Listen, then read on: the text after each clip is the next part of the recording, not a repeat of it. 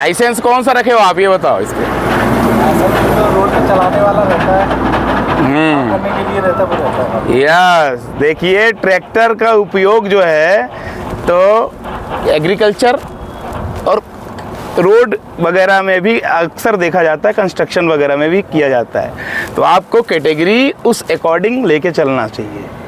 खेतों में काम कर रहे हैं तो आपको एग्रीकल्चर कैटेगरी वाला लाइसेंस बनेगा, और इसमें है अगर तो आपका उस पर हैवी भी चलेगा, समझे क्या।